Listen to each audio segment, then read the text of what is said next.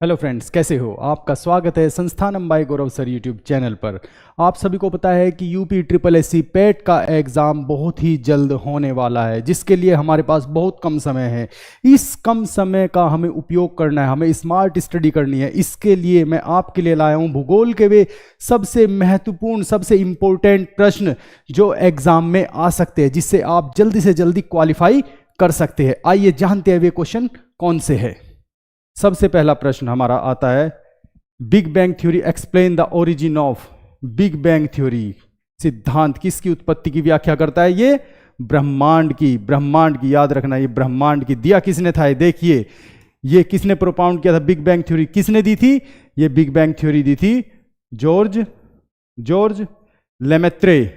ध्यान रखना, George Lemaître ने ये 1927 में दी थी। इसे याद रखना है, मोस्ट इंपॉर्टेंट है। अब नेक्स्ट क्वेश्चन हमारा क्या आता है? नेक्स्ट क्वेश्चन आता है, black hole theory was propounded bye. Black hole theory, black hole का सिद्धांत किसने प्रतिपादित किया था? ये किया था एस चंद्रशेखर की जब इन्होंने अपना सिद्धांत दिया था, अपना प्रिंसिपल दिया था ब्लैक होल का, उस टाइम पे एस चंद्रशेखर की उम्र मात्र 19 साल की थी, 19 ईयर्स के थे सिर्फ ये। और दिया कब था ये? 1931 में। याद रखना, 1931 में। इसके लिए इन्हें 1983 में नोबेल प्राइज दिया गया था। याद रखना, क्वेश्चन आ जाता है, नोबेल प्राइज दिया गया था फिजिक्स में। ध्यान रखना, फिजिक्स में नोबेल प्राइज दिया गया था, फिजिक्स में। ठीक है ना, फिजिक्स में इसके लिए इन्हें नोबेल प्राइज दिया गया था। नेक्स्ट क्वेश्चन हमारा क्या आता है? लाइट ईयर किसकी यूनिट है? लाइट ईयर प्रकाश वर्ष किसकी इकाई है? सबसे पहले तो हमें ये जानना है कि लाइट ईयर होता क्या है। देखिए, जब लाइट की स्पीड, मतलब जब कोई लाइट एक पृथ्वी वर्ष में पहुंचने में कितना समय लेती है, कितनी दूरी तय करती है उस समय में, वो लाइट ईयर होता है। देखिए, एक लाइट ईयर कितना होता है? एक लाइट ईयर होता है हमारा 9.461 इंटू 10⁻15 मीटर। याद रखना, ये लाइट ईयर होता है। ठीक है ना, इतना डिस्टेंस तय करती है लाइट एक पृथ्वी वर्ष में आने में। ठीक है ना, अब ये कैलकुलेट कैसे करते हैं? देखिए, लाइट की स्पीड, सबसे पहले लाइट की स्पीड कितनी होती है? 3 × 10⁸ मीटर पर सेकेंड। ठीक है ना, और एक पृथ्वी वर्ष कितने दिनों का होता है? एक वर्ष, 1 ईयर, कितने दिनों का होता है? 365 डेज। याद रखना, 365 डेज। और एक दिन में कितने घंटे होते हैं? 24 आवर्स। ठीक है ना, 24 घंटे। एक घंटे में कितनी मिनट? 60। एक मिनट में कितनी सेकंड? 60। इन सब की मल्टीप्लाई कर दीजिए आपस में। देखिए, 3 × 10⁸ इंटू 365 इंटू 24 इंटू 60 तो रिजल्टेंट क्या आता है? 9.461 इंटू 10⁻15 मीटर। याद रखना, ये एग्जाम में पूछा जाता है। ठीक है ना। नेक्स्ट क्वेश्चन क्या आता है? The scientist who propounded first discovered that the earth revolves around the sun. कौन थे? देखिए, पूछा जाता है ये थे कोपरनिकस। कौन थे? कोपरनिकस पोलैंड के एक मैथमेटिशियन थे।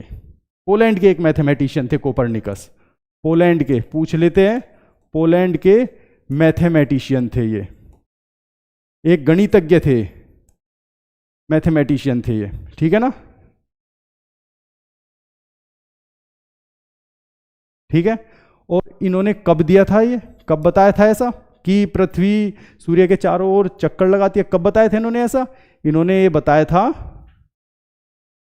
1514 में। इन्होंने 1514 में बताया था, 1514 में। याद रखना, ये कोपरनिकस थे। याद रखना, जिसने क्या बताया था कि पृथ्वी सूर्य के चारों ओर घूमती है। नेक्स्ट क्वेश्चन क्या है हमारा? Next question, which of the following is not a planet in the solar. निम्नलिखित में से कौन सा सौर मंडल का ग्रह नहीं है? देखिए, यूरेनस, नेपच्यून, वीनस, प्लूटो। कौन सा नहीं है इनमें से? प्लूटो नहीं है। यम, जिसे हम यम बोलते हैं, यम क्यों नहीं है? ये 2006 में इसे सोलर सिस्टम के जितने भी प्लैनेट थे उनसे बाहर कर दिया गया है। सोलर सिस्टम के प्लैनेट से अब कौन कौन से बचे हैं? अब बचे हैं मरकरी, वीनस, अर्थ, मार्स, ये बचे हैं जुपिटर, सैटर्न, यूरेनस और नेपच्यून। अब हमारे पास 8 है। 2006 से पहले तक हमारे पास 9 ग्रह हुआ करते थे, 9, ठीक है ना। अब हमारे पास ये बचे। अब प्लूटो कोई ग्रह नहीं रहा है, इससे यम कोई अब ग्रह नहीं है। ये मोस्ट इंपॉर्टेंट है, याद कर लेना, ये आ जाता है कंफ्यूज कर देता है, ठीक है ना। पहले 9 थे हमारे, अब सिर्फ 8 है। नेक्स्ट क्वेश्चन हमारा क्या आता है? विच of the following statement correct regarding the solar system? सौर मंडल के संबंध में निम्नलिखित में से कौन सा कथन सही है? बुध सबसे गर्म ग्रह है, पहला। Mercury is the hottest planet, ठीक है ना, ये गलत है। वीनस है सबसे हॉटेस्ट प्लैनेट, याद रखना। गैनीमेड शनि का उपग्रह है। Ganymede is a satellite of Saturn, गलत। गैनीमीड किसकी सैटेलाइट है? जुपिटर की। गैनीमीड है जुपिटर की, मतलब गैनीमीड किसकी है? बृहस्पति की, बृहस्पति की, ठीक है ना, बृहस्पति की सैटेलाइट है, याद रखना, ठीक है ना। हाँ ठीक है। अब नेक्स्ट, फोबोस और डेमोस मंगल के 2 उपग्रह है। फोबोस और डेमोस मंगल के 2 उपग्रह, बिल्कुल करेक्ट। मंगल के 2 उपग्रह है, फेबोस और डेमोस, ठीक है ना, बिल्कुल correct. Uranus is the largest planet, नहीं, यूरेनस सबसे बड़ा ग्रह नहीं है, ये गलत है। सबसे बड़ा ग्रह कौन सा है हमारा? सबसे बड़ा हमारा ग्रह है जुपिटर। जुपिटर हमारा सबसे बड़ा ग्रह है, मतलब बृहस्पति हमारा सबसे बड़ा ग्रह है, याद रखना ये, ठीक है ना। नेक्स्ट क्वेश्चन क्या आता है हमारा? Solar eclipse occurs on full moon day, new moon day. देखिए पहले मैं आपको एक बार एक्लिप्स के बारे में बता देता हूं, एक्लिप्स है क्या वास्तव में, ठीक है ना। एक्लिप्स के बारे में हल्का सा थोड़ा सा आपको बता देता हूं। देखिए ये हमारा, ये सन है, याद रखिए, ये है सन, ठीक है।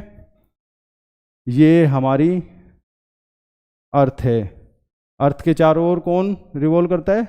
मून, ठीक है ना। अब मून ऐसे रिवॉल्व करता है, इस पाथ पे मून रिवॉल्व करता है। एक बार मून यहां होगा, जब मून यहां होगा इस कंडीशन को बोलते हैं न्यू मून, न्यू मून। और जब मून यहां पे होगा इस कंडीशन को बोलते हैं फुल मून, फुल मून, ठीक है ना। जब मून यहां पे होगा, ये फुल मून में कौन सा होता है? फुल मून में होता है चंद्र ग्रहण, चंद्र ग्रहण, ठीक है ना। चंद्र ग्रहण मतलब कि लूनर एक्लिप्स, लूनर एक्लिप्स, ध्यान रखना। और ये कौन सा है? New moon. इस कंडीशन में क्या होता है? इस कंडीशन में होता है सोलर एक्लिप्स, ध्यान रखना, सोलर एक्लिप्स मतलब कि सूर्य ग्रहण, ये होता है, यहां पे होता है सूर्य ग्रहण, ठीक है ना। तो कंडीशन कौन सी है हमारी यहां पे? न्यू मून, सोलर एक्लिप्स की, मतलब अमावस्या के दिन, ठीक है ना, अमावस्या के दिन। नेक्स्ट क्वेश्चन क्या आता है हमारा? देखिए next question, the planet which is called, देखिए the planet which is called twin sister of the earth, वह ग्रह जिसे पृथ्वी की जुड़वा बहन कहते हैं, ठीक है ना, कौन सा है? Mercury, Venus, Mars, Pluto. इसमें कौन सा है? वीनस, यानी कि शुक्र। देखिए वीनस के बारे में आपको थोड़ा सा मैं बता देता हूं। वीनस को मॉर्निंग स्टार, मॉर्निंग स्टार और इवनिंग स्टार भी कहते हैं, ध्यान रखना, मॉर्निंग स्टार और इवनिंग स्टार भी कहते हैं। ये मोस्ट इंपॉर्टेंट है, ये भी पूछ लेते हैं, ठीक है ना।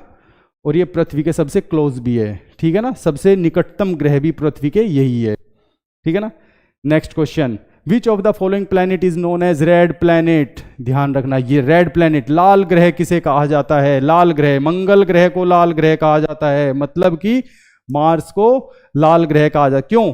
क्योंकि यहां पर आयरन ऑक्साइड, आयरन ऑक्साइड के पार्टिकल्स मिलते हैं, पार्टिकल्स मौजूद है यहाँ पे, ठीक है ना, इसलिए इसे लाल ग्रह भी कहा जाता है, ठीक है ना।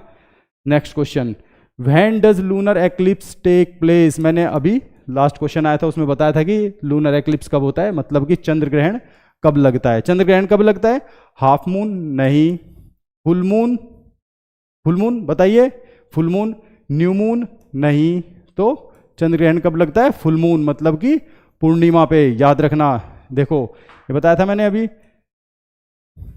ये क्या है हमारा सन, ठीक है, ये सन है, और ये यहाँ पे हमारी अर्थ है, ठीक है ना, और ये मून है, मून इसके चारों ओर रिवॉल्व करता है। ये कंडीशन कौन सी है, ये मैंने बताई थी आपको, ये कंडीशन है न्यू मून की, मतलब कि न्यू मून की मतलब अमावस्या की, ये है फुल मून की मतलब कि पूर्णिमा की, ये पूर्णिमा की है, ठीक है, और ये अमावस्या की, अमावस्या की है ये, ठीक है ना। तो कब होगा लूनर एक्लिप्स, लूनर एक्लिप्स होगा हमारा इस टाइम पे फुल मून पे, जब फुल मून पे होंगे, ठीक है। नेक्स्ट क्वेश्चन आते हैं, नेक्स्ट क्वेश्चन देख लेते हैं। द ब्लू मून फेनोमेना बहुत इंपॉर्टेंट है, ध्यान रखना। वैन अकर्स वैन कब लगता है, एक ही महीने में 2 पूर्णिमाएं होती है तब होगा, एक ही महीने में 2 पूर्णिमाएं होती है, एक ही महीने में 4 पूर्णिमाएं होती है, एक ही महीने में 2 अमावस्याएं दिखाई देती है। देखिए सबसे पहले तो हमें पता चलना चाहिए कि लूनर एक्लिप्स होता कब है, ठीक है ना, ये तो हमें पता चल गया कि फुल मून के टाइम होता है। तो एक ही महीने में 2 पूर्णिमाएं होती है, जब किसी एक वर्ष में 2 पूर्णिमाएं हो जाती है, कोई एक ऐसा वर्ष आता है जिसके महीने में 2 पूर्णिमाएं होती है। देखिए कैसे होती है वो, हमें पता है कि जो हमारा मून है, जो चंद्रमा है, वो पृथ्वी के चारों 29.5 डेज में एक रिवॉल्यूशन पूरा करता है, ठीक है, और टोटल दिन कितने हैं 365 को जब हम डिवाइड करेंगे 29.5 से तो 12.37 आएगा, ठीक है ना, 12 तो 12 महीने तो पूरे हो गए हमारे, 12 महीने पूरे हो गए। अब 37 बच जाता है, ठीक है ना, 37 बच गया। अब जब ये 37 हमारा बच गया, अब हम इसे अगर कैलकुलेट करें तो 3 साल, हर 2 से 3 साल बाद 1 महीना एक्स्ट्रा बच जाता है, हर 2 से 3 साल बाद 1 महीना एक्स्ट्रा हमारे पास रहता है। देखिए अब हर 2 से तीसरे साल में, 2 से तीसरे साल में ऐसा होगा, ठीक है, हर 2 से तीसरे साल में ऐसा होगा कि 1 महीना ऐसा आएगा जिसमें 2 फुल मून होंगे, 2 फुल मून होंगे, ध्यान रखना 2 फुल मून होंगे। जब ऐसा कोई महीना आएगा जिसमें 2 फुल मून होंगे तो वे क्या कहलाएंगे, ब्लू मून, ध्यान रखना वे ब्लू मून कहलाएंगे, ठीक है ना। Next question, which of the following is not a great circle on the globe. देखिए हमारे ग्लोब, हमारा जो ग्लोब है, तो देखिए ये हमारा ग्लोब है, ये हमारा ग्लोब है मान लीजिए, तो ये क्या है इक्वेटर, ग्रेट सर्कल है, ग्रेट सर्कल है। ये इक्वेटर क्या होते हैं, अक्षांश, ये होते अक्षांश मतलब कि लैटिट्यूड्स, ये लेट्स होते हैं, ठीक है, और ये है क्या लॉन्गिट्यूड मतलब कि देशांतर, ये होते हैं देशांतर, ठीक है ना, देशांतर, ये ग्रेट सर्कल है। और जितने भी लॉन्गिट्यूड होते हैं ये सभी ग्रेट सर्कल बनाते हैं, ये सभी ग्रेट सर्कल बनाते हैं, जितने भी लॉन्गिट्यूड होते हैं ये सभी के सभी ग्रेट सर्कल बनाते हैं, ठीक है। इसलिए ये ऐसे चलते हैं, देखो ये सभी ग्रेट सर्कल बनाते हैं, सभी के सभी ये ग्रेट सर्कल बनाते हैं, लेकिन लैटिट्यूड्स ग्रेट सर्कल नहीं बनाते। देखिए ऐसे ये ग्रेट सर्कल नहीं बनाते, ठीक है ना, तो इसलिए इसमें इक्वेटर ग्रेट सर्कल बनाता है। प्राइम मेरिडियन प्रधान मध्याह्न रेखा ग्रेट सर्कल बनाती है, क्योंकि ये क्या है, ये भी लॉन्गिट्यूड है, ठीक है ना। 60 डिग्री लॉन्गिट्यूड, ये कितना भी 60, 70, 80, 90 कुछ भी पूछ ले, कोई भी लॉन्गिट्यूड पूछ ले, वो हर एक ग्रेट सर्कल बनाएगा। अब 60 डिग्री लैटिट्यूड पूछ लिया, जो कि ये है 60 डिग्री लैटिट्यूड, कहाँ पे है, यहाँ पे, ये ग्रेट सर्कल नहीं बनाता, तो इसका आंसर क्या हो जाता है 60 डिग्री अक्षांश, ये ध्यान दीजिए। नेक्स्ट क्वेश्चन हमारा क्या आता है, the equator passes through, equator कहाँ कहाँ से पास होती है। देखिए इक्वेटर टोटल 13 कंट्रीज से पास होती है। अब सबसे पहले हमें उन कंट्रीज के बारे में पता होना चाहिए, तभी तो हम बताएंगे कि कहाँ कहाँ से पास होती है। वे कैमरून से पास होती है, केन्या से होती है, कोस्टा रिका से, वेनेजुएला से, तो ये हम देखेंगे कहाँ कहाँ से ये पास होती है। देखिए देखिए ये कहाँ कहाँ से पास होती है, इक्वेटर, ये इक्वेटर है, देखिए ये इक्वेटर पास हो रही है, ये इक्वेटर पास हो रही है। देखिए कौन कौन सी कंट्री है, इक्वाडोर, इक्वाडोर, इक्वाडोर, इक्वाडोर से पास होती है ये, ठीक है ना। कोलंबिया से पास होती है, कोलंबिया से, कोलंबिया से पास होती है, ठीक है ना। फिर ये कहाँ से पास होती है, ब्राज़ील से, ब्राज़ील से पास होती है, ठीक है ना। ब्राज़ील के बाद कहाँ जाती है ये, कॉन्गो, गैबन पे आती है, गैबन, ठीक है ना। कॉन्गो, कॉन्गो से पास होती है, ठीक है। फिर कॉन्गो के देखिए, Gabon, Congo, democratic Republic Congo, democratic Republic Congo, ठीक है ना। फिर इसके बाद ये युगांडा, युगांडा, युगांडा से पास होती है, ठीक है। केन्या से पास होती है, देखिए केन्या। सोमालिया से पास होती है, सोमालिया, ठीक है ना। देखिए केन्या, सोमालिया, युगांडा। फिर यहाँ पे मालदीव से पास होती है, मालदीव से भी जाती है ये, मालदीव से, यहाँ पे मालदीव से भी जाती है, ठीक है ना, मालदीव से भी जाती है ये। फिर यहाँ पे इंडोनेशिया से जाती है, इंडोनेशिया से भी जाती है ये, ठीक है ना, इंडोनेशिया से भी जाती है। किरिबाती से भी जाती है ये, यहाँ पे किरिबाती है, देखिए किरिबाती से भी जाती है, किरिबाती, ठीक है ना, किरिबाती से भी जाती है। एक कंट्री और है जिससे ये यहाँ पे पास होती है, यहाँ से पास होती है, साओ, देखिए इसका नाम है Sao Tome and Principe, Sao Tome and Principe, यहां से भी ये पास होती है, ठीक है। तो इस तरह ये टोटल कितनी कंट्रीज से पास होती है, इस तरह ये टोटल हो जाती है हमारी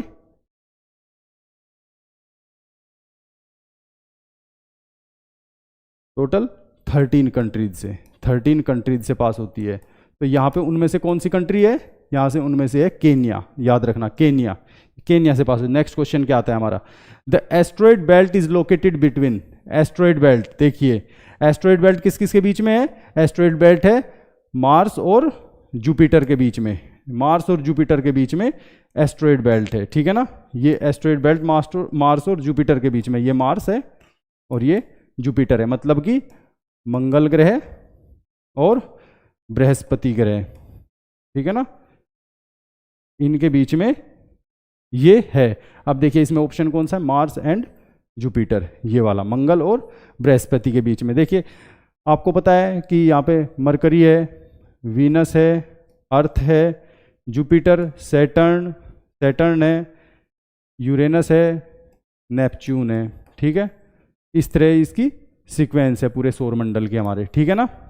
next question, which of the following planet has the biggest natural satellite, सबसे बड़ी प्राकृतिक उपग्रह को किस प्लेनेट के पास है, सबसे बड़ा। देखिए निम्नलिखित किस ग्रह का प्राकृतिक उपग्रह या चंद्रमा सबसे बड़ा है, किसका, किसका है, सैटर्न का, शनि का, नहीं है, जुपिटर, कौन सा है, गैनीमीड, ध्यान देना, गैनीमीड सबसे बड़ा उपग्रह है ये, गैनीमीड बृहस्पति का सबसे बड़ा। इसके पास तो दो ही है, फोबोस और डेमोस, के पास तो अपने दो है, ठीक है ना। शुक्र, वीनस के पास कोई उपग्रह नहीं है, शुक्र के पास कोई उपग्रह नहीं है, ठीक है ना।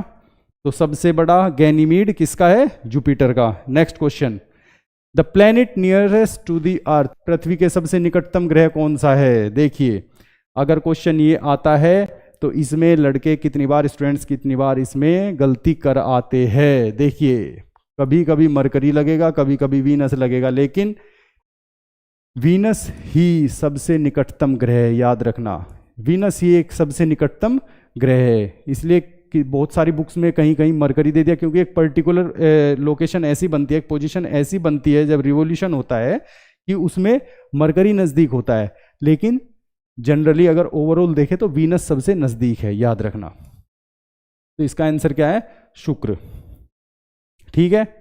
To planets having no satellite, दो ऐसे ग्रह जिनके पास अपना कोई उपग्रह नहीं है। देखिए सबके पास अपने अपने उपग्रह है, किसी के पास कम है, पृथ्वी के पास अपना एक है मून, लेकिन सबके पास अपने अपने हैं।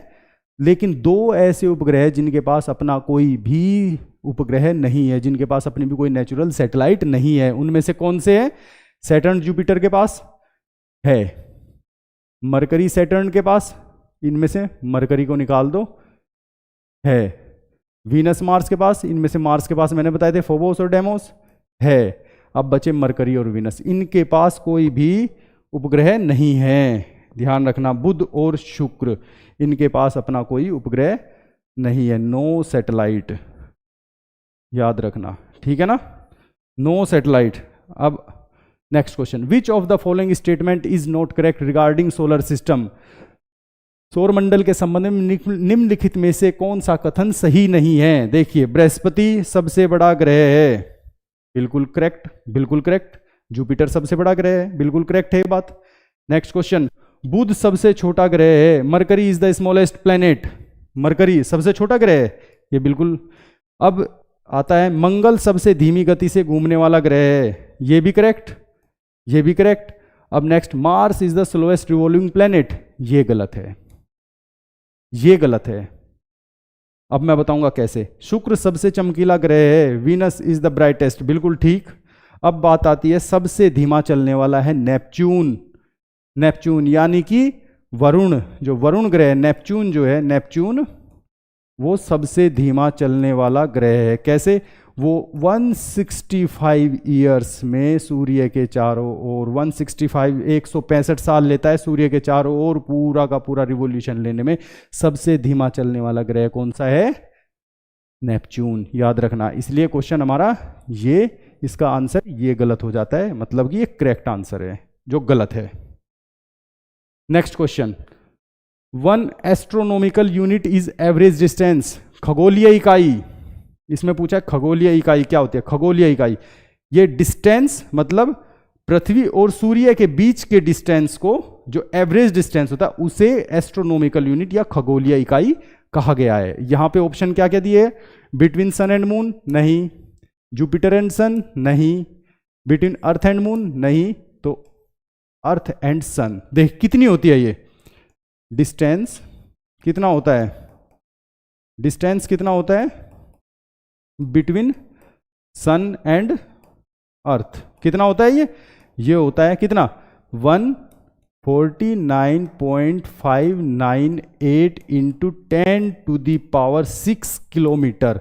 याद रखना, 149.598, और वैसे इसे जनरली आम भाषा में लिख देते हैं कहीं कहीं 150 लिख देते हैं इंटू 10⁶ किलोमीटर। याद रखना, ठीक है ना, कहीं कहीं से ऐसे भी लिख देते हैं। नेक्स्ट क्वेश्चन क्या आता है? A group of stars arranged in a particular shape, एक विशेष आकार में व्यवस्थित तारों के समूह को क्या कहा जाता है? देखिए, एंड्रोमेडा, पहला ऑप्शन आता है एंड्रोमेडा। नहीं, एंड्रोमेडा क्या होता है? एंड्रोमेडा हमारी निकटतम गैलेक्सी है, मिल्की वे गैलेक्सी के निकटतम गैलेक्सी कौन सी है? एंड्रोमेडा, ठीक है ना, याद रखना एंड्रोमेडा, ये निकटतम गैलेक्सी। इसका मतलब ये तो है नहीं। अब आता है सोलर सिस्टम। सोलर सिस्टम तो प्लैनेट्स का है, वहाँ पे तारों का तो है, तारे तो प्लैनेट के बाहर भी है, इसलिए वो भी नहीं है। अब आकाशगंगा, आकाशगंगा तो बहुत सारे तारों से मिलकर उसमें बहुत सारे, ये आकाशगंगा है। जैसे हमारी मिल्की वे गैलेक्सी है, हमारी मिल्की वे गैलेक्सी कैसी है? ऐसी ऐसी है, स्पाइरल गैलेक्सी है हमारी, ठीक है ना, हमारी स्पाइरल वे में जो यहाँ से उभरी हुई है। इसमें जगह जगह कहीं तारे है, कहीं ये ओल्ड स्टार्स है, यहाँ पे ओल्ड सेंटर में ओल्ड स्टार होते हैं, सेंटर में ओल्ड सबसे पुराने तारे जो होते हैं, और जो इसके आर्म्स होती है ये आर्म्स है, यहाँ पे क्या होते हैं? यंग स्टार होते हैं। हमारा सन भी एक यंग स्टार है, ध्यान रखना, सन भी एक यंग स्टार है। जो हमारा सन है, जो सूर्य है, वो भी एक यंग स्टार है, इसलिए ये तो होते नहीं। अब बचे तारामंडल, कॉन्स्टेलेशन, उन्हें कहा जाता है कॉन्स्टेलेशन। जैसे आपने कितनी बार आकाश की तरफ देखा होगा, बहुत सारे तारे किसी एक पर्टिकुलर मैनर में लग रहे थे। जैसे कितनी बार हम देखते हैं, जब हम छोटे थे तो देखते थे ना, ऐसे सप्तऋषि बना हुआ कोई धनुष लेके इस तरह के शेप में होते हैं, उन्हें क्या बोलते हैं? कॉन्स्टेलेशन, मतलब तारामंडल, ठीक है। नेक्स्ट क्वेश्चन, ठीक है, तो ये हमारे क्वेश्चंस थे, ठीक है ना, तो इन्हें आप अच्छे से पढ़ लेना, और आज के लिए इतना ही, धन्यवाद।